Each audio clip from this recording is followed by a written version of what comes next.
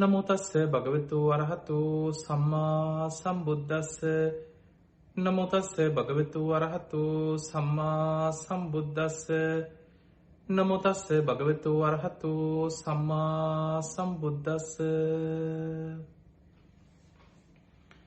පිංගතුනි, බණ ඇසීම අපිට නිවන් දොරටුවක් වෙනවා. අපි බණ අහනවා.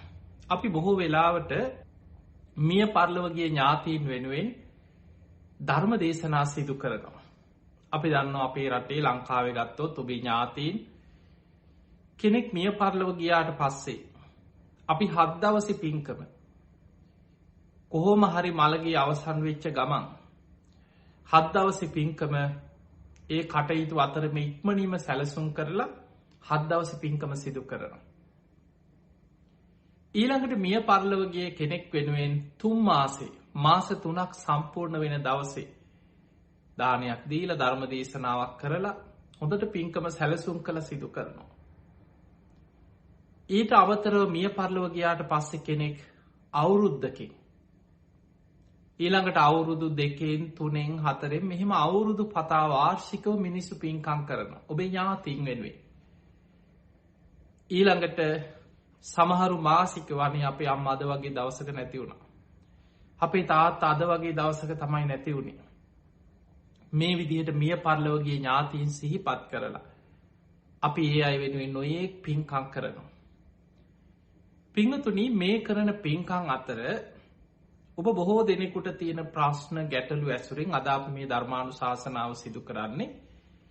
බොහෝ දෙනෙකුට තියෙන ප්‍රශ්න මිය පරලොව ගිය ඥාතියට ඒ දවසේම පින් කරන්න ඕනද? හරියටම 7 වෙනි දින 7ක් යනකොට මේ පින කරන්නම ඕනද? 3 මාසේ පින්කම මේ දවසේම කරන්න ඕනද? චුට්ටක් එහාට මෙහාට වුණාට ප්‍රශ්නයක් නැද්ද? ওই වගේ නොයෙක් ප්‍රශ්න තියෙනවා. පින්වතුනි, පින කියන එක කවදා කොතන කොයි මොහොතේ සිදු කරත් ඒ පින පිනක්මයි. හැබැයි අපි මිය පරලොව ගිය ඥාතීන් වෙනුවෙන් දවසක් යොදාගෙන අපි පින් කරන එකේ හොදක් තියෙනවා. දැන් අපිට කියනවා 7 දවසේ පින්කම එහෙමම ඕනේ නැහැ කියලා. නමුත් ඒකේ වැදගත්කමක් තියෙනවා. මිනිස්සු ඒ වෙනුවෙන් කොහොම හරි නොකරයි. දැන් අපි දන්නවා පින් කරන අය ගැන නෙමෙයි මේ කියන්නේ. සාමාන්‍ය බොහෝ සමාජයේ ගත්තහම ඇතැම් පිරිසක් ජීවත් වෙලා ඉන්නකොට බොහෝ වෙලාවට බේත් ටිකක් අරන් දෙන්නේ නැහැ, කන්න අදින්න දෙන්නේ නැහැ. තමන්ගේ ඥාතියෙක් දෙමව්පියෙක් වෙනුවෙන් හරි මැරුණට පස්සේ සමහරලාට ලෝක ලැජ්ජාව වහගන්න. සමහරුන්ට මැරුණට පස්සේ තමයි තේරෙන්නේ අනේ අපිට සලක ගන්න බැරි වුණා.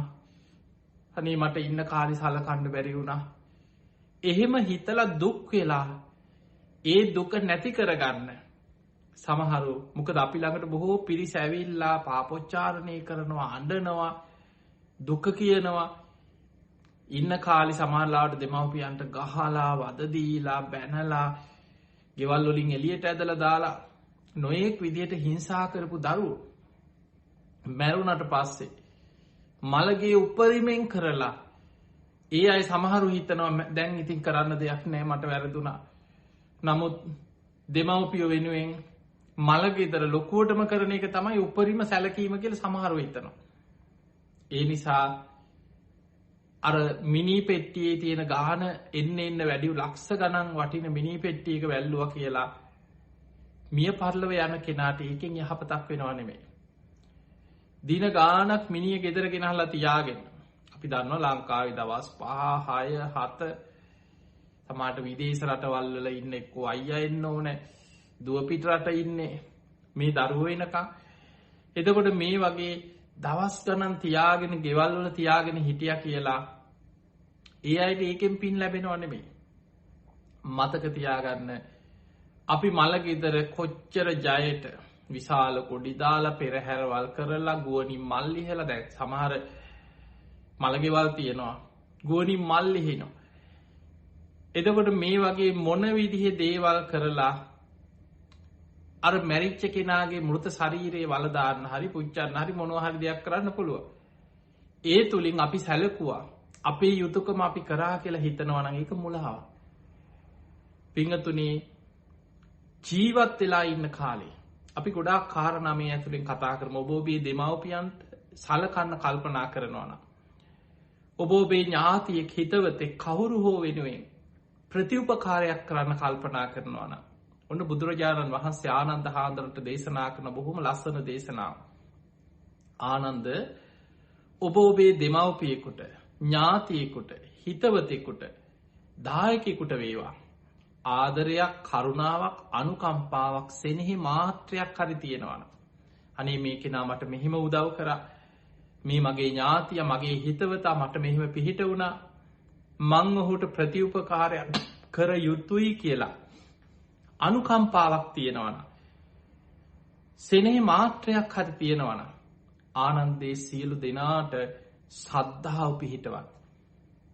තුනුරුවන් ගැන සද්ධාව පිහිටවන්න කියනවනේ පළවෙනිම දේ ඔබ කළ යුත්තේ. ඔබේ ඥාතීන්ව තුනුරුවන් තුල සද්ධාව පිහිටවන ජීවත් වෙලා ඉන්න කාලේ. ඊළඟට ඒ අයව සිල්වත් කරන්න මහන්සි ගන්නවා. වැරදි කියලා දෙනවා, කරුණාවෙන් ආදරෙන් කියලා දෙනවා, මේක කරන්න එපා, පව්, අපි මැරිලා කොහේ යයිද?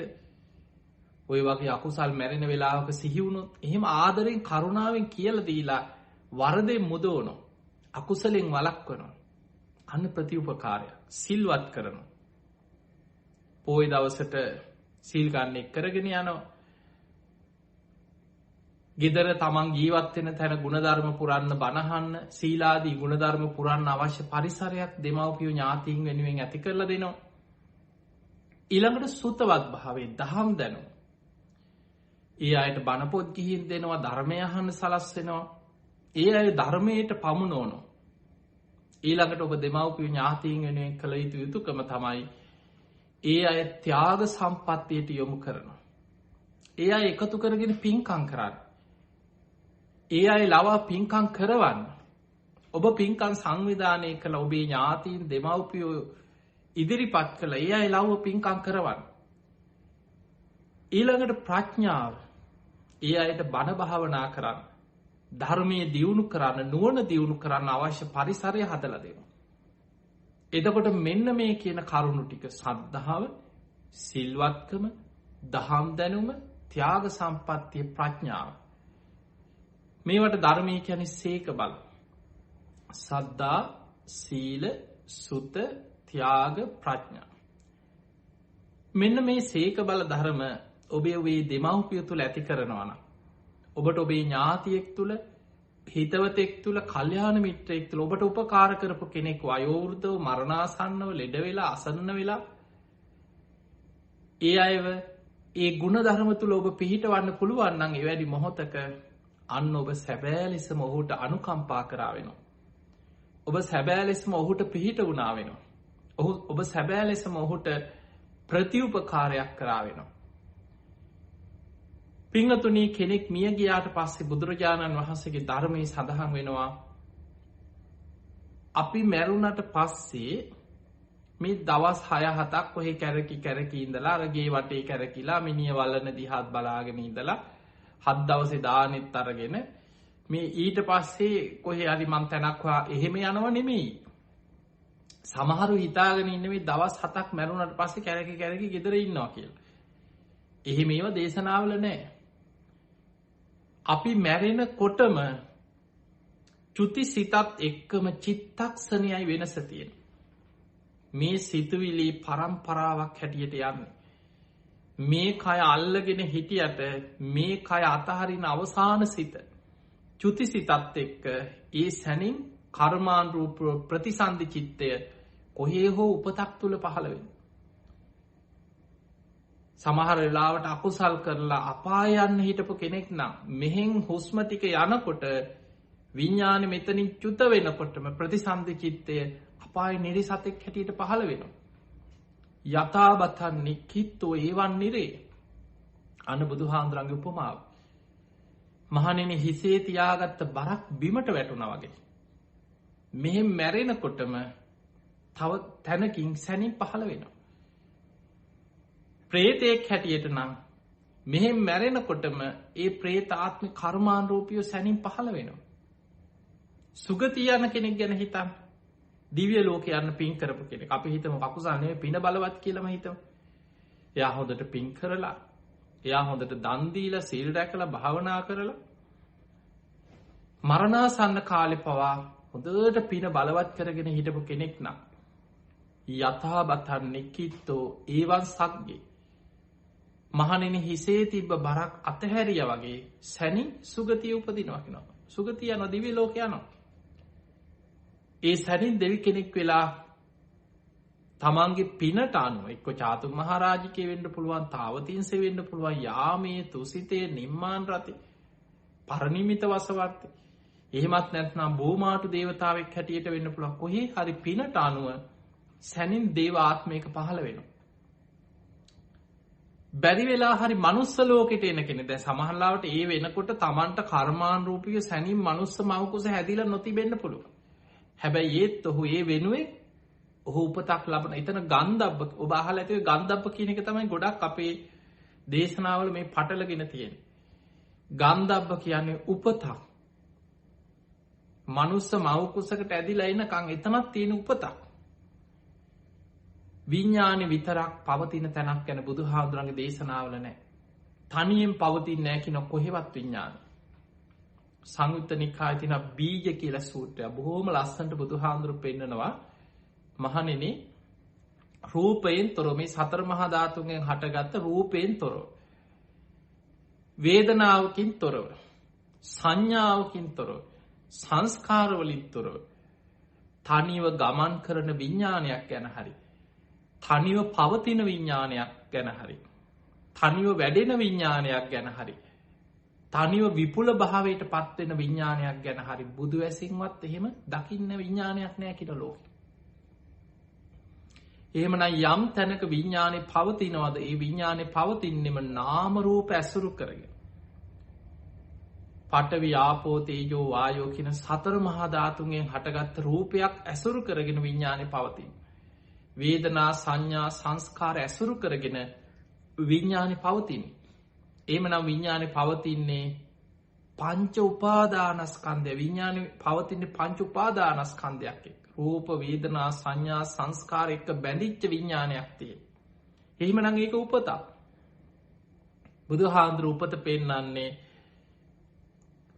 මහණෙනි, ඉපදීම කියලා කියන්නේ ආයතනානම් පටිලා, ආයතනයන්ගේ පහළවීම, පංච උපාදානස්කන්ධයන්ගේ පහළවීම. එහෙමනම් රූප වේදනා සංඥා සංස්කාර විඥාන යම් තැනක පහළ වෙනවද? එතන උපතක්. එහෙම නැතුව විඥාන විතරක් මේ කැරකි උපතක් හොය එහෙම තියෙන තැනක් නැහැ. ඒ නිසා මතක තියාගන්න, යම් දවසක විඥානේ නිරුද්ධ වෙනවා නම් නිරුද්ධ වෙන්නේ බුදුහාඳුරු පෙන්නවා එත්තාපෝච පඨවි තේජෝ වායෝ නගහදති විඥානංච නිරෝධේන එත්තේතං උපරුජ්ජති. යම් තැනක පඨවි ආපෝ තේජෝ වායෝ කියන සතර මහා ධාතුන්ගේ නොපිහිටන විඥානයක් ඇද්ද? ඒයින් මිදී යන විඥානයක් ඇද්ද? අන්න ඒතර විඥානේ නිරුද්ධ වෙලා, ඒ නිරුද්ධ වෙන්නේ තණ්හාව නිරෝධේ. තණ්හක්කයෝ රාද නිබ්බාන. තණ්හාව ඡේවීමෙන්. ඒක තමයි නිවන කියලා කියන්නේ. එහෙනම් ඒ විඥානේ හරියට පහන් සිලක් නිවි යනවා වගේ නිවිලා ගිහිල්ලා වෙන කොහෙවත් පිහිටන් නැතුව නැති වෙලා යනවා කියන්නේ පිරිනිවන් පෑම, නිවි යාම. එතකන් අපි මැරුණද කොහේ හෝ කර්මානුරූපී උපදින. එහෙමනම් අපේ මිය පරලොවගේ ඥාතීන් වෙනුවෙන් අපි කළ යුතු යුතුයකම තමයි, දැන් ඒ අය අපි හිතමු දැන් මැරුණා කියලා. ජීවත් වෙලා ඉන්නේ නැද්දී අපි පුළුවන් තරම් පින් කරා නම් හොඳයි. ඒ අය පිනට යොමු කරා නම් ගොඩක් හොඳයි. ඒ අයව සද්ධාවේ සීල සුත ත්‍යාග ප්‍රඥා පින්කම් වල අපි යෙදෙවුවා නම් අපිට ගොඩක් සතුටු වෙන්න පුළුවන්. අනේ අය ජීවත් වෙලා ඉන්න කාලේ අපි ඒ අයව ගොඩක් පින්කම් වලට යොමු කරා, කුසල් දහම් වලට යොමු කරා, ඒ අය ධර්මයට යොමු කරා කියලා අපිට හිතා ඒ අය ගැන සතුටු වෙන්න පුළුවන්කම තියෙනවා. එතකොට අපි හිතමු ඒ අය මැරුණා. දැන් කෙනෙක් මිය ගියාට පස්සේ ඒ මැරෙන මොහොතේම ඔහු කර්මානුරූපීව කොහේ හරි ඉපදිලායි. දැන් අපිට තියෙන බොහෝ දෙනෙකුට තියෙන ප්‍රශ්නේ තමයි, අපි ඒ අය වෙනුවෙන් පාංශකූල දීලා පින් දෙනවා, මැරිච්ච ගමන් මිනිහ වල්ලන වෙලාවෙම පාංශකූලයක් දීලා පින් දෙනවා. ඊළඟට 7 දවසේ පින්කම කරනවා. ස්වාමීන් වහන්සේලා වඩම්මල හරි පන්සලට ගිහිල්ලා හරි දානයක් දීලා සාංගික දානයක් දීලා පින් දෙනවා, එක්ක බණක් කියවනවා ගෙදරට හාමුදුරු කෙනෙක් වඩම්මලා. සමහර වෙලාවට හැබැයි මේ කාලේ අපි දන්නවා මේ වසංගතයක් එක්ක ලෝකේ පවතින කාලේ දැන් ඔබට මේ කට අපි දන්නවා දැන් ඔබ දකිනවා මේ කොරෝනා වසංගතයෙන් මැරෙන අයට හදි පාසකුලයක්වත් දීලා එවැනි වතාවත් කරන්න ආගමික වතාවතක් කරන්න පුළුවන්කමක් නැහැ. සමහරලාවට 7 දවසෙවත් මොකද යාගේ එක්ක සමහරලාවට කෙනෙක් මැරුණොත් එක්ක යාගේ බිරිඳ දරුවෝ නෑදෑයෝ ගොඩක් සමහරලාවට ඒ අය ක්වොරන්ටයින් වෙනවා කොහේ හරි මධ්‍යස්ථානයක ආරක්ෂිත එක්ක වුණොත් එක්ක ලෙඩේ හැදිලා ඉස්පිරිතාලවල එක්ක මෙවැනි තත්ත්වයක් තුල හරියට 7 දවසේ පින්කම කරගන්න බැරි වෙන්න පුළුවන් 3 මාසේ පින්කම මේ වසංගතේ දැන් මාස කීයක් මේ අවුරුද්දකට එහා දැන් ලෝකේ ඇදෙනවා. තව කොච්චර කාලයක් මේ වසංගතයත් එක්ක අපිට ඉන්න වෙයිද අපි දන්නේ. එතකොට ප්‍රායෝගික තලයේ ගත්තොත් නොසිතන විදිහට අපිට අපේ මිය පරලොව යන ඥාතීන් වෙනුවෙන් පාංශු කුලයක් දී ගන්න බැරි වෙනවා. 7 දවසේ පින්කම කරගන්න බැරි වුණා. දැන් මේක තුල කෙනෙකුට හිතෙන්න පුළුවන් පාංශු කුලෙ දෙන්නත් බැරි වුණා, 7 දවසේ පින්කම කරගන්නත් බැරි වුණා. අයියෝ අපේ මියගේ ඥාතියා බොහොම අසරණ වෙලා ඇති. එයාට පින් ගන්න බැරුවම ඇති. පින් දෙනකන් තාම බලාගෙන ඇති. එහෙම හිතෙන්න එහෙම තත්ත්වයක් නැහැ පින්වතුනි. ඔබ පාංශු කුලේ කරත් නැතත්, ඔබ 7 දවසේ පින්කම කරත් නැතත්, ඔහු උපදින්නේ ඔහු සසරේ රැස් කරගත්ත කර්මයට අනුව තමන් ජීවත් වෙලා ඉන්නකොට කරපු පින්කම් වලට අනුව තමන් කර්මානුරූපීව උපදින. අපේ යුතුයකමක් තමයි මිය පරලොවගේ ඥාතීන් සිහිපත් කරලා පින් කරනවා කියන එක අපේ යුතුයකමක්. අපි ඥාති ධර්මයක් ඉෂ්ට කිරීමක් වශයෙන් යුතුයකමක් ඉෂ්ට කිරීමක් වශයෙන් තමයි මිය පරලොවගේ ඥාතීන් වෙනුවෙන් පින්කම් කරන්නේ. ඒ පින්කම 3 මාසෙන් හරි 7 දවසෙන් හරි අවුරුද්දෙන් හරි ඒ දිනේම සිහි කරලා කරන එක හොඳයි. හැබැයි ඔබට අපි හිතමු ඔබට ඒ දිනේම සිහි කරලා කරන්න බෑ කියලා. ඔබට පුළුවන් ඕනෙම දවසක ඒ මියගේ ඥාතියා වෙනුවෙන් ඔබ පින්කම් කරත් ඒ කරන පින යාට අනුමෝදන් වෙන්න පුළුවන්කම තියෙනවා. පින්වතුනි පින් අනුමෝදන් දැන් සමහරුන්ට අපිට විතරක් නෙමෙයි අපි ගමු බුදුහාමුදුරන්ගේ කාලේ හරි ලස්සන දේශනාවක් තියෙනවා මේ කාරණාවලටම එකතු වෙච්ච කාරණයක්. බුදුහාමුදුරන්ගේ කාලේ ජානුස්සෝනි කියලා බමුණෙක් දවසක් මේ බමුණ බුදුරජාණන් වහන්සේ ළඟට ඇවිල්ලා අහනවා ස්වාමීනි භාග්‍යවතුන් වහන්සේ මට මියගිය ඥාතීන්ට පින් අනුමෝදන් කිරීම ගැන ප්‍රශ්න ගොඩක් තියෙනවා. ඒ තමයි අපේ මිය පරලොව යන ඥාතීන් වෙනුවෙන් අපි පින්කම් කරනවා. ඒ අයට පින් දෙනවා.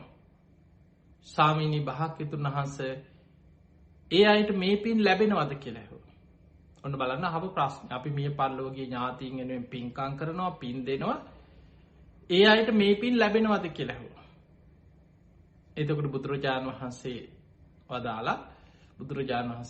වදාලා ජානුස්සෝනි සුදුසු තැනදී ලැබෙනවා, නුසුදුසු තැන ලැබෙන්නේ නැහැ කියනවා. අන්න බුදුහාමුදුරන්ගේ උත්තරේ. සුදුසු තැන ලැබෙනවා, නුසුදුසු තැන ලැබෙන්නේ නැහැ. කෙටියෙන් හකුලෝලා කිව්වේ.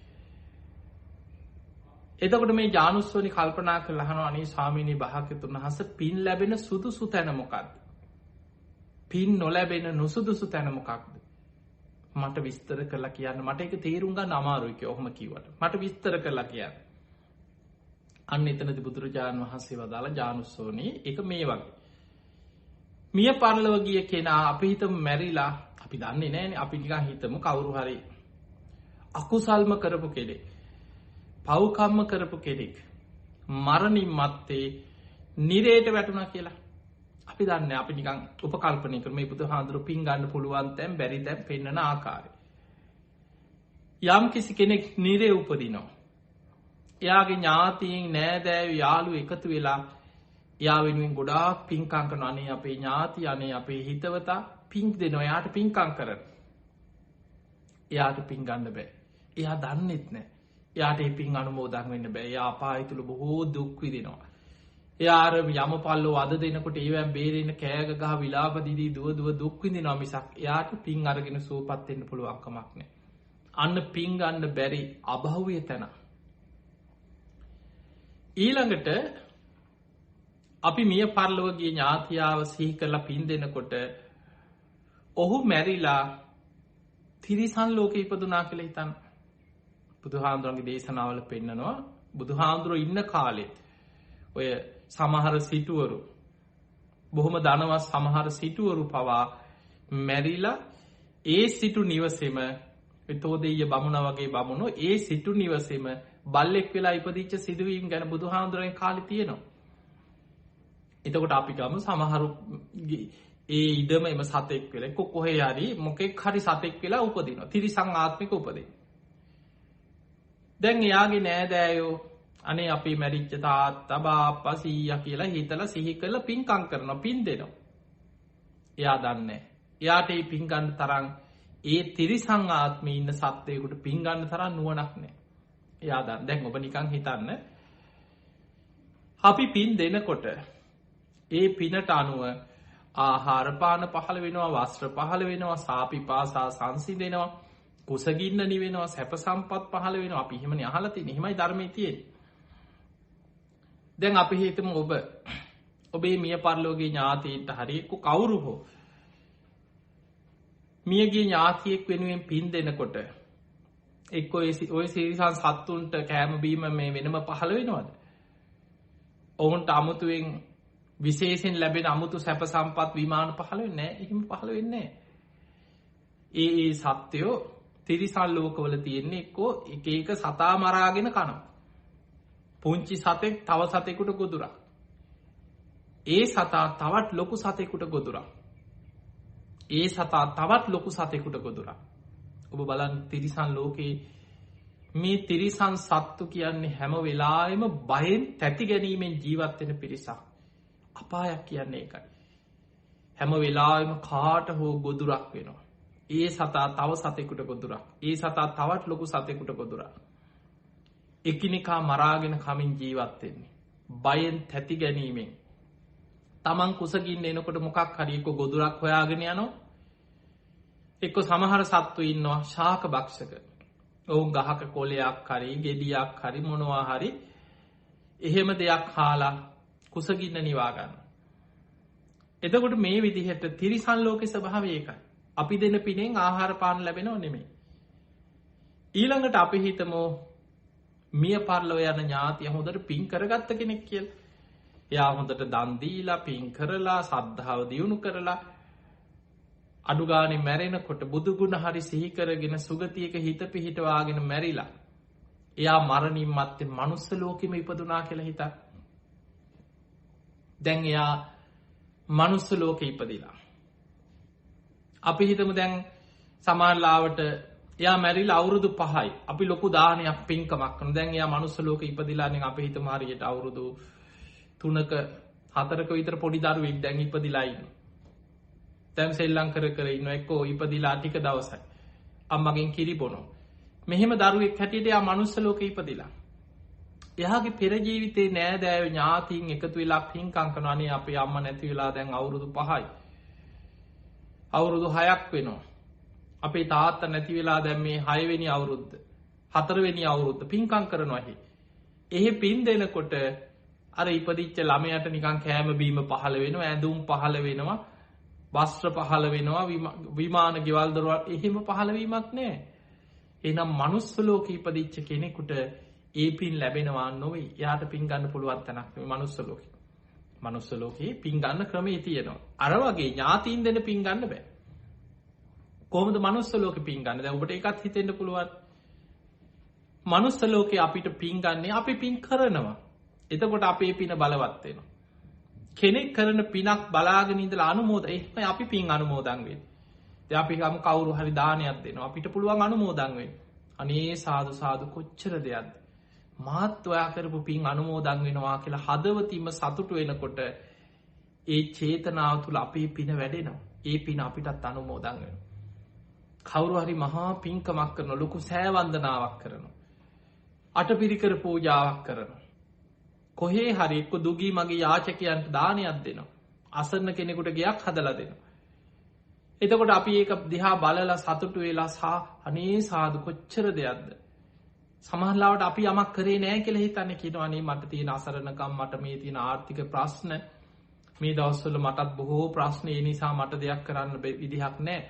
නමුත් ඔයා කරන පින මාත් අනුමෝදන් වෙනවා. එහෙම අපිට අනුමෝදන් වෙන්න පුළුවන්. එතකොට කෙනෙක් මනුස්ස ලෝකේ අපි පින්කම් අහලා පින්කම් දිහා බලලා හිතෙන් සතුටු වෙලා අපි අපේ චේතනාව තුළ සතුටෙන් අපිට ඒ පින අනුමෝදන් වෙන්න පුළුවන්. ඒ නැතුව පෙර ජීවිතේ නෑ දෑයෝ ගැන අපි දන්නෙත් නෑ. කොහේ ඉන්නවද අපි පෙර කොහෙද හිටියේ කවුද අපිට මේ පින්කම් කෙරෙනවද නැද්ද අපි ඒවා එහෙම අනුමෝදන් වීමක් නෑ. ඊළඟට තවත් දෙයක් පින් අනුමෝදන් වෙන්නේ නැති තැන්. දැන් මේ අපි කතා කරන්නේ දිව්‍ය ලෝකේ.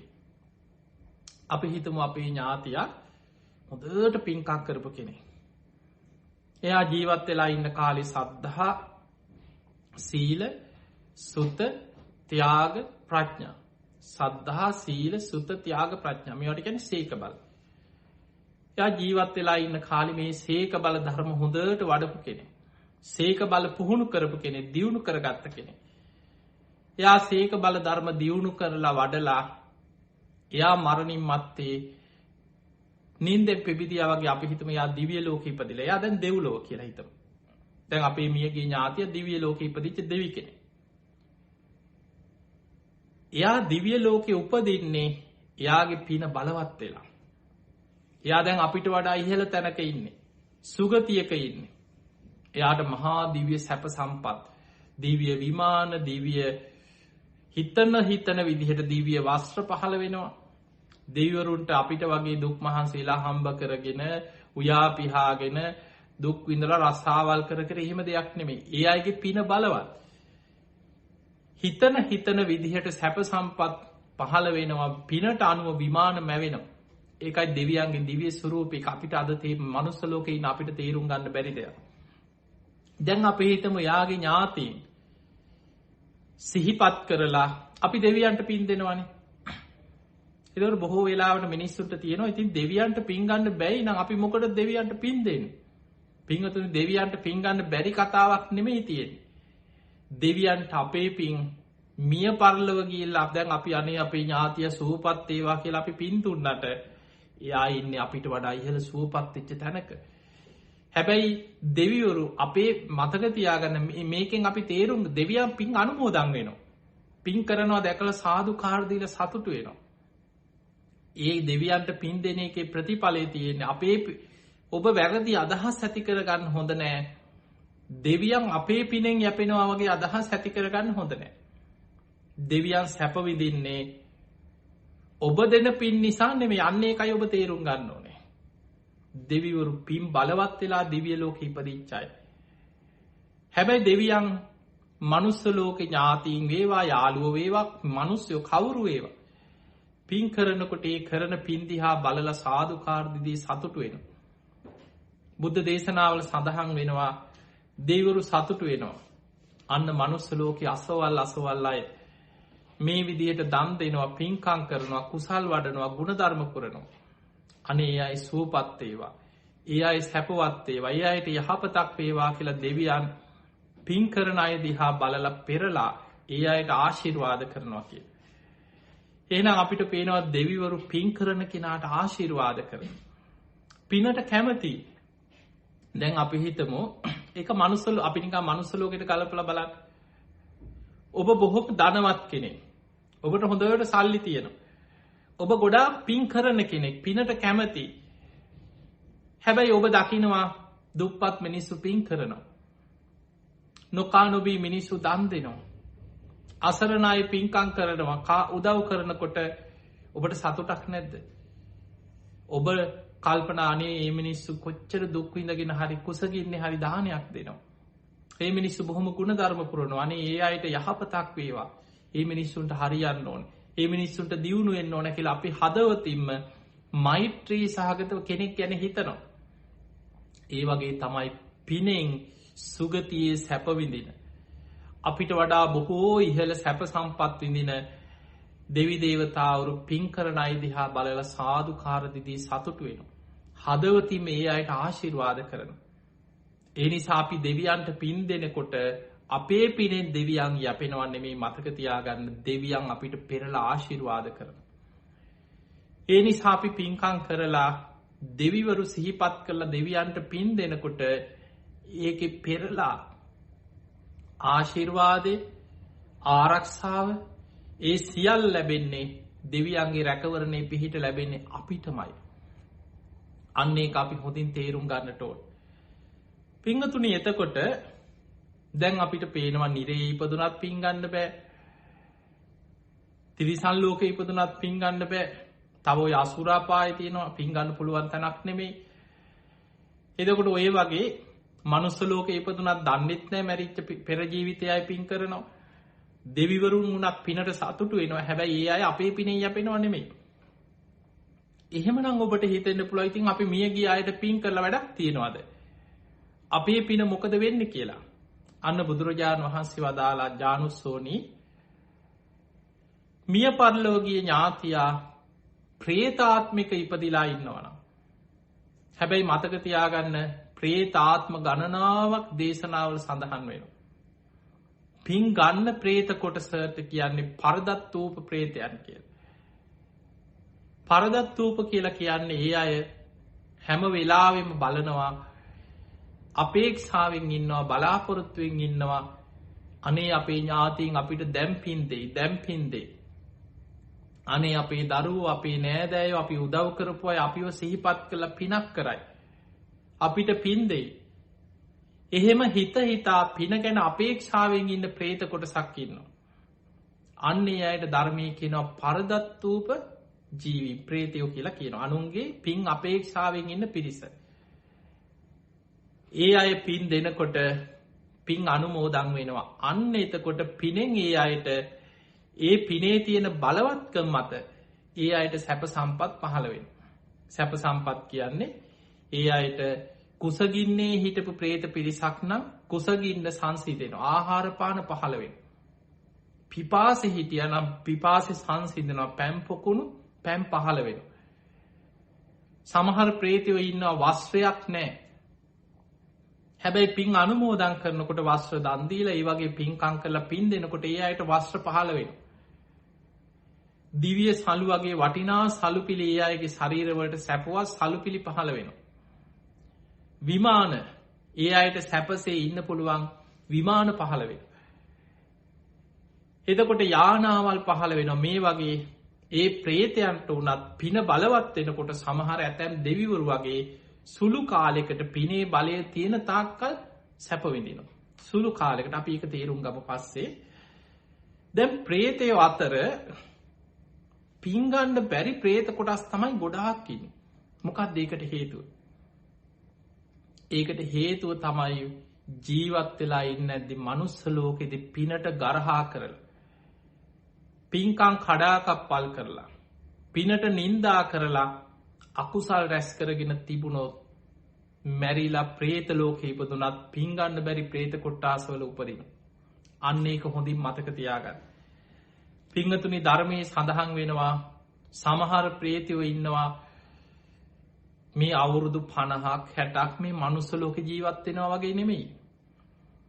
කර්ම විපාකයේ යම්තාක් බලවත්ද සමහර ලාවට අවුරුදු 1000ක්, අවුරුදු දසදහසක්, අවුරුදු ලක්ෂයක්, අසංඛේය කල්ප ගණන් ප්‍රේත අපාය දුක් විඳින ප්‍රේතයෝ ගැන සඳහන් වෙනවා. සමහර ප්‍රේතයෝ බුද්ධාංකුර 4, කකුසඳ, කෝණාගමන, කාශ්‍යප, ඒ බුද්ධ ශාසනවල ප්‍රේත ලෝකෙම ඉඳලා ගෞතම බුද්ධ ශාසනයේ පින්ගත් ප්‍රේතයෝ ගැන සඳහන් වෙනවා.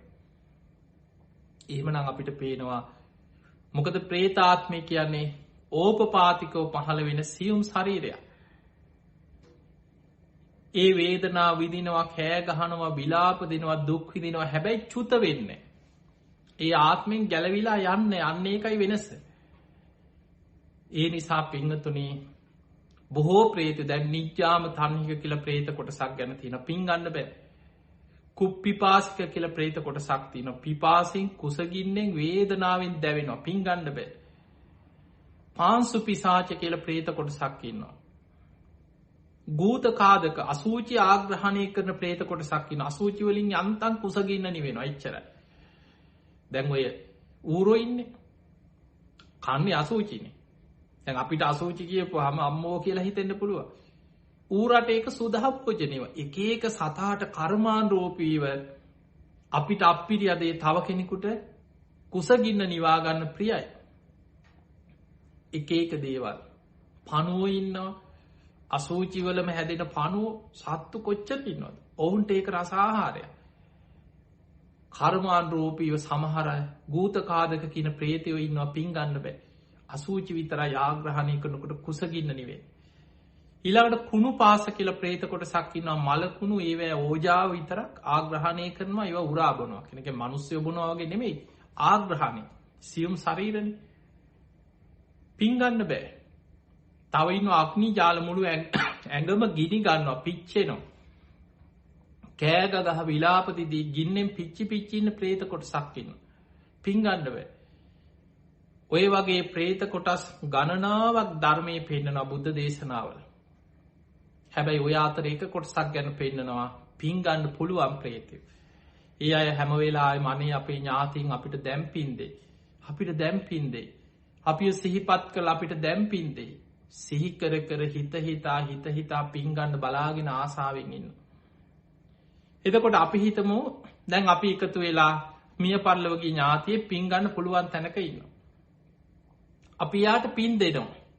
අන්න එතකොට ඒ අය සාදුකාර දීදී සතුටින් ඒ පින් දැන් පින් ගන්න ගේ ඇතුළටම ඉන්න ඕන කියලා එකක් නැහැ. ඒ නිසා මේ මොකද ගොඩාක් මේ පින් අනුමෝදන් කිරීම මියගිය ඥාතීන් සම්බන්ධ මිත්‍යා මතවාද සමාජي ගොඩාක් පැතිරලා තියෙනවා. සමහරු කියනවා ගේ ඇතුලේ පින් දෙන්න හොඳ නැහැ. ගෙට එනවලු. එතකොට මේ වගේ අදහස් මැරිච්ච අයට ගෙදර පින් දෙන්න එපා කියනවා. පින් දෙන්න එහෙනම් පාරට එක්ක ගහක් උඩට නැගලා හරි කොහේ හරි යන්න ඕනද? ඔයාගෙන යන්න ඕනද එක්ක සෝන ළඟට ගිහිල්ලා විතරද පින් දෙන්න තියෙන්නේ? එහෙම එකක් නැහැ. ඔහු මේ ගේ අත්සට එනව නෙමෙයි. ඔහු කොහේ හිටියත් යොදුන් ගානක් ඈත හිටියත් අපි ඔහුව සිහි කරලා පින් දෙනකොට ඔහුට හිතෙන් අරමුණු වෙනවා. අපේ ඥාතීන් මං වෙනුවෙන් පිනක් කරනවා. සාදු සාදු කියලා ඒ පින අනුමෝදන් ආයි මේ ගෙදරට ඇවිල්ලා පික් ගන්නව නෙමෙයි. ඒ නිසා එහෙම පින් අනුමෝදන් වෙනකොට ඔන්න ඒ පිනේ සැප ලැබෙන ආකාරය හොඳට තේරුම් ගන්න එක මේ වගේ. දැන් අපේ මිය පරලොවගේ ඥාතියා දුගති සහිතව പ്രേත ලෝකේ සාපිපාසාවේ ආහාර වස්ත්‍ර නැතුව ඉන්නවා කියලා හිතමු. දැන් අපි අපේ ඥාතිය සිහිපත් කරලා ලොකු පින්කමක් කරලා දානයක් දීලා පින් දෙනවා. දැන් ස්වාමීන් වහන්සේලා වඩම්මලා අපි හිතමු ගෙදර සාංගික දානයක් දුන්නා කියලා. ඔන්න හාමුදුරුවෝ 7 නමක් 8 නමක් 10 නමක් 2 3 නමක් හරි හාමුදුරුවෝ වඩම්මනවා. ස්වාමීන් වහන්සේලා වඩම්මනවා. අපි උන්වහන්සේලා වෙනුවෙන් දානමාන ආදී පූජා කරනවා. සිවුරු පිරිකර පූජා කරලා පින් දෙනවා. එතකොට දැන් මේ දානයේදී අපි ස්වාමීන් වහන්සේලාට පැන් පූජා කරලා පින් දෙනකොට ඒ ප්‍රේතයන්ගේ පිපාසය සංසිඳෙනවා කියලා. අපිට අතින් අතට යමක් දෙන්න බෑ. කෙනෙකුට පින් ගන්න පුළුවන්. පින වැඩෙන කෙනෙකුට පූජා කරලා ඒ පින් අනුමෝදන් කරනකොට යාට ලැබෙනවා. ඒක පුදුම ක්‍රමයක්. අපි දම් දෙනවා. දානේ පූජා කරලා පින් දෙනකොට අපේ මියගේ ඥාතීන්ගේ කුසගින්න සංසිඳනවා. ඒ අයට ආහාර පාන පහළ වෙනවා. කුසගින්න නිවා ගන්න ආහාර පාන පහළ වෙනවා. අපි සිවුරු පිරිකර පූජා කරලා පින් දෙනකොට ඒ අයට වස්ත්‍ර පහළ වෙනවා. ඒ අයගේ ශරීරවලට සලුපිලි වස්ත්‍ර පහළ වෙනවා. එතකොට ඒ වගේ අපි කරන පිනට අනුව ඒ පිනේ විපාකයන්ගේ බලවත්කමට අනුව පහළ වෙනවා. දැන් අපි හිතමු අපි ලොකු පිනක් කරලා ලොකු දානමය පිනක් කළා මියගිය කෙනාට පින් දෙනවා. එයා බොහොම සතුටින් ඒ පින සාදුකාර දීලා සතුටින් අනුමෝදන් වෙනකොට ඒ පිනේ තියෙන බලවත්කමත් එක්ක අපි හිතමු එයා එක දිගට මාස 3ක් යනකම් එක්ක මාස 5ක් 6ක් යනකම් එයාට දැන් කුසගිනි වේදනාවක් දැනෙන්නේ නැහැ. එයා හිතන විදිහට එයාට ආහාර පාන අර පිනට ලැබිලා තියෙනවා. මාස 5-6ක කාලයක් යනකම් එයාට පිපාසයක් දැනෙන්නේ නැහැ. එයාට පැම්පොකුණු පහළ වෙලා යාට පිපාසි සංසිඳෙනවා. එයාට වස්ත්‍ර පහළ වෙලා එයා දැන් දෙවි කෙනෙක් නොවුනට දෙවියෙක් වගේ සැප විඳිනවා. පින බලවත්. එයා ගොඩාක් පින් අනුමෝදන් වෙලා ඉන්නේ. හැබැයි මතක තියාගන්න පින කියන්නේ විපාක දීලා අවසන් වෙන දෙයක්. අපි කරන පිනේ බලවත්කම ඒ මිය පරලොවගේ ඥාතියා සතුටු සිතින් ඒ පින අනුමෝදන් වෙච්ච ස්වභාවයේ තියෙන බලවත්කමත් මත ඔහුට ඒ පිනේ විපාක දෙන කාලය සීමා වෙනවා. ඒ පිනේ විපාක ශක්තිය අවසන් වෙනකොට ආයමත් පෙර හිටපු තැනට වැටෙනවා. ආයෙත් කුසගිනි දැනෙනවා. පිපාසි දැනෙනවා. වස්ත්‍ර අතුරුදහන් වෙනවා. ආයෙමත් අර ප්‍රේතෙක් වගේ සාපිපාසාවේ අසරණව දුක්ඛිතව දුක් විඳින ප්‍රේතෙක් හැටියට ස්වරූප වෙනස් වෙනවා. ආයි ඥාතීන් කොහේ හරි නෑදෑයෙක් සිහි කරලා ඔහුට පින් දුන්නොත් පින් ලැබෙනවා. පින්වතුනි ඒ නිසා මතක තියාගන්න කවදාවත් අනුන්ගේ පිනෙන් යැපෙන්න බලාගෙන ජීවත් වෙන්න එපා. අනේ අපේ ඥාතීන් අපිට පින් දෙයි. අපි මැරුණට පස්සේ අපේ දරුවෝ හරි අපිට පින් දෙන්නේ නැත. ජීවත් වෙලා ඉන්නකොට පින් කරන්නේ නැතුව මැරිලා අනුන්ගේ පින් ගන්න බලාගෙන ජීවත් වෙන්න එපා. එහෙම ඉඳලම කවුද දන්නේ පින් ගන්න බැරි තැනක ගියොත්? නිරේක වැටුණොත් අකුසලයක් බලවත් වෙලා තිරිසන් ලෝකේ වැටුණොත් අඩුගානේ പ്രേත ලෝකෙම පින් ගන්න බැරි പ്രേත කොට්ටාසවල ඉපදුනොත් ඒ නිසා පින් ගන්න අනුන්ගේ පින් ගන්න බලාගෙන ජීවත් වෙන්නේ නැතුව ජීවත් වෙලා ඉන්න කාලේ පුළුවන් තරම් සද්ධාව, සිල්වත්කම, දහම් දැනුම, ත්‍යාග සම්පත්තිය, ප්‍රඥාව දියුණු කරන්න. ඒක මේ වගේ පින් ලැබෙන ආකාරයත් මේ වගේ. දැන් අපි හිතමු ඔබ පාරේ යනකොට ඔබ සමහර වෙලාවට දකිනවා අසරණ හිඟන්නෝ ඉන්නවනේ. වැරහැලි ඇඳගෙන හරියට ඇඳුමක් නැහැ. මුළු ඇඟ පුරාම දැලි පිරිච්ච වැරහැලි ඇඳුම් ඇඳගෙන. එක්ක පාරවල් වල කුණු බාක්කිය අවුස්සගෙන කනවා.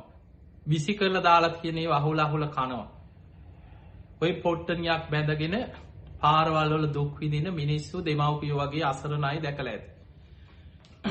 අපි හිතමු ඔබට එවැනි අසරණ මිනිස්සෙක් දැක්කට පස්සේ ඔය පාරේ යනකොට සමහරුන්ට දැක්කහම අනුකම්පාව ඇතිලා ගොඩාක් අය ඉතින් ඔය පොඩි මුදලක් එක්ක රුපියලක් දෙකක් දෙනවා, සමහර රුපියල් 5ක් 10ක් දෙනවා.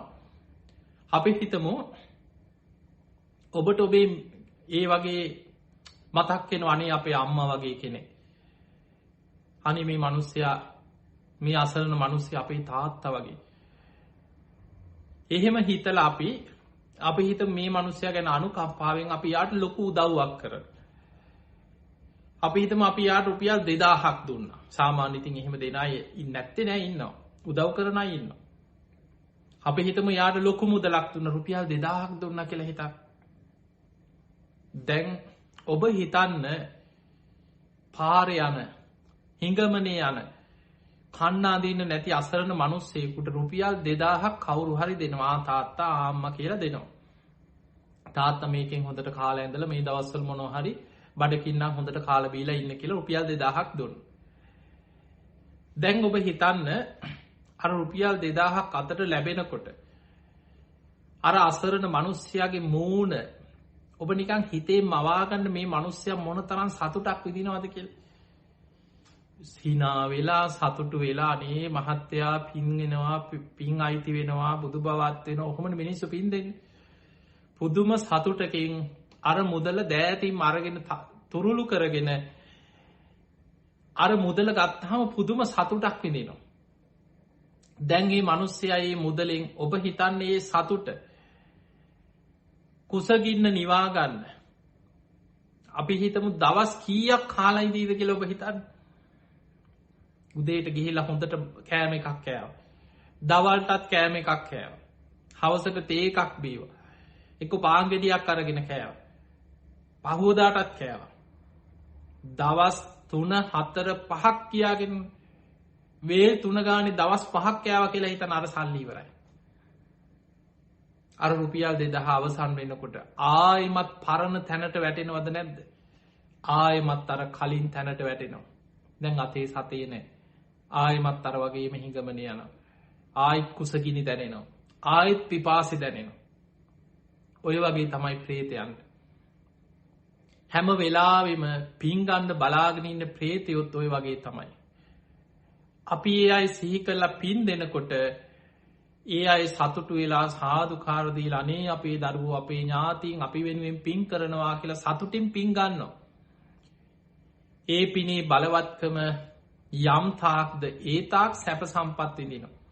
කුසගිනි සංසිඳෙනවා, පිපාසය සංසිඳෙනවා, ආහාර පාන ලැබෙනවා, වස්ත්‍ර පහළ වෙනවා. හැබැයි පිනේ විපාක අවසන් වෙනකොට ආයෙමත් ඔවුන්ට අර පෙර වගේම කුසගින්න පිපාසය දැනෙනවා, ආයෙමත් අසරණකම දැනෙනවා, ආයෙමත් සාපිපාසාව දැනෙනවා. එහෙමනම් මතක තියාගන්න, මිය පරලොවගේ ඥාතීන්ට පින් දෙන එක අපේ යුතුයකම. ඒක බුදුහාමුදුරුවෝ අගය කරනවා. සිංහාලෝවාද සූත්‍රයේ බුදුරජාණන් වහන්සේ පෙන්නනවා දරුවන්ගේ යුතුයකමක් තමයි තමන්ගේ දෙමව්පියන් මිය ජීවත් වෙලා ඉන්නකොට හොඳට සලකනවා. මිය පරලොව ගියාට පස්සේ තමන්ගේ දෙමව්පියන්ව සිහිපත් කරමින් පින් දහම් කිරීම, කුසල් දහම් කිරීම, ඒ අය වෙනුවෙන් පින්කම් කරන එක දරුවන්ගේ යුතුයකමක්. ඒක ඥාති සංග්‍රහයක්. ඒ නිසා අපි අපේ දෙමව්පියෝ වෙනුවෙන් පුළුවන් තරම් අපේ ඥාතීන් වෙනුවෙන්, හිතවතුන් වෙනුවෙන්, සහෝදරයෝ වෙනුවෙන් අපිට උදව් උපකාර කරපු අය සිහි කර කර අනේ මේ අය අපිට මේ විදිහට උදව් කරා. අපේ ජීවිතේ අපිට මෙහෙම පිහිට වුණා. අපේ ජීවිත කාලේ අපිට මේ වගේ පිහිට වෙලා තියෙනවා. ඒවා හිත හිත සිහි කර කර ඒ අයට පිහිට වෙන්න. ඒ අය මිය පරලොව ගියාට පස්සේ ඒ අයට පින්කම් කරන්න. ඔබේ ඥාතීන් තවමත් ජීවතුන් අතර ඉන්නවනම් තාමත් ඔබ ප්‍රමාද නැහැ. ඔබට තවමත් පුළුවන්කම තියෙනවා ඒ අය පිනට දහමට යොමු කරවන්න. ඒ අය සම්බන්ධ කරගෙන දන් දෙනවා, සිල් ගන්න යොමු කරනවා, සද්ධාව ඇති කරනවා. සද්ධා, සීල, සුත, ත්‍යාග, ප්‍රඥා සුජීවත්වයින් ඔබේ ඥාතීන් තුල ඇති කරන්න. ඒ අය මිය පරලොව ගියා නම් දින වශයෙන් 7 දවසෙන් 3 මාසෙන් අවුරුද්දෙන් අවුරුදු ගාණක් ගියත් ඒ දිනේ සිහි කරලා පින්කම් කරන එකත් හොඳයි. ඊට අමතරව ඔබට පුළුවන් හැම වෙලාවකම නැති බැරි අසරණ කෙනෙක් වෙනුවෙන් පිහිට වුණත් ඔබ කරන හැම පිනක්ම ඔබේ මියගේ ඥාතීන් සිහිපත් කළ අනුමෝදන් කරන්න. තව එකක් තියෙනවා. අර ජානුස්සෝනි අහනවා ස්වාමීනි භාග්‍යවතුන් වහන්සේ අපේ මිය පරලොව ගිය ඥාතියව සිහි කරලා අපි පින් දෙනකොට ඒ කෙනා පින් ගන්න බැරි තැනක ඉපදිලා හිටියොත් අඩු ගානේ අපි හිතමු යා සුගතිය දිව්‍ය ලෝකේ. ඒ පින අහක යනවද කියලා. ওই ප්‍රශ්නේ ඔබටත් තියෙන්න පුළුවන්. ඔබ මිය පරලොව ගිය ඥාතීන් කීප දෙනෙක් සිහි කරලා පින් දෙනකොට ඒ අය පින් ගන්න බැරි තැනක හිටියොත් පින නිකන් අපරාධෙනි වගේ හිතෙන්න පුළුවන්. පින අහක යනවද? අපරාධෙ නිකන් පින අන්න එහෙම හිතෙන්න පුළුවන්. එහෙම අහක යන්නේ නැහැ. බුදුරජාණන් වහන්සේ පෙන්නනවා ජානුස්සෝනි අපේ දීර්ඝ සංසාර ගමනේ පින් අපේක්ෂාවෙන් ඉන්න ඥාති මෙපමණයි කියලා සීමා කරන් සමාජයට අපේ මේ ජීවිතේ අම්මා සුගතිය වෙන්න පුළුවන්. පෙර ජීවිතේ අම්මා වෙච්ච අය, ඊටත් කලින් ජීවිතේ අපේ අම්මවරු වෙච්ච අය, ඊටත් පෙර සංසාරේ කල්ප ගණන් සසරේ ඥාතීන් වෙච්ච අය පින් ගන්න බලාගෙන ඉන්න පිරිස මෙපමණයි කියලා සීමා කරන්න බෑ කියලා. ඒ නිසා මතක ඊළඟ එක තමයි අපි පින් දෙනකොට අපේ පින් අඩු වෙනව නෙමෙයි පත්ති දාන පත්තානුමෝදනා කියලා ධර්මයේ පෙන්නනවා. පින් දීමත් පිනක්, පින් අනුමෝදන් වීමත් පිනක්. කෙනෙක් කරන පින් දැකලා අනේ සාදු කියලා සතුටින් ඔබට අනුමෝදන් වෙන්න පුළුවන් නම් ඔබටත් ඒ පින බලවත් වෙනවා. ඊළඟට ඔබ තව කෙනෙකුට පින් දෙනකොට ඔබේ පින් අඩු වෙනව නෙමෙයි. අපි මියගේ ඥාතීන්ට පින් දෙනකොට අපි කරපු පින් අඩු වෙනව නෙමෙයි. බුදුහාමුදුරන්ගේ උපමාව පෙන්නුවේ එක පහනකින් පහන් දහස් ගානක් දල්වන්න පුළුවන්. එතකොට ආලෝකය අඩු වෙනව නෙමෙයි, එළිය වැඩි වෙනවා. ඒ වගේම අපි පින් දෙනකොට මෛත්‍රියෙන්, කරුණාවෙන් අනේ අපේ ඥාතීන් සුවපත් වේවා කියලා හිතලා පින් දෙනකොට අපේ පින් තව තවත් බලවත් වෙනවා. ඒ නිසා පුළුවන් තරම් ඔබත් මේ ලැබිච්ච මනුස්ස ජීවිතය තුළ පින් කරන්න, කුසල් වඩන්න. ඔබේ මිය පරලොවගේ ඥාතීන් සිහිපත් කරමින් පුළුවන් හැම වෙලාවෙම ඒ අයට පරලොවින් සංග්‍රහයක් හැටියට පින් කරන්න. ඉතින් ඔබ හැම දිනාටම අද මේ ධර්මානුශාසනාව, ධර්ම දේශනාව ධර්මාවබෝධය පිණිස නිවන් අවබෝධය පිණිසම ආශිර්වාදයක් පාරමිතාවක්ම වේවා වේවා වේවා කියලා අපි ආශිර්වාද කරනවා.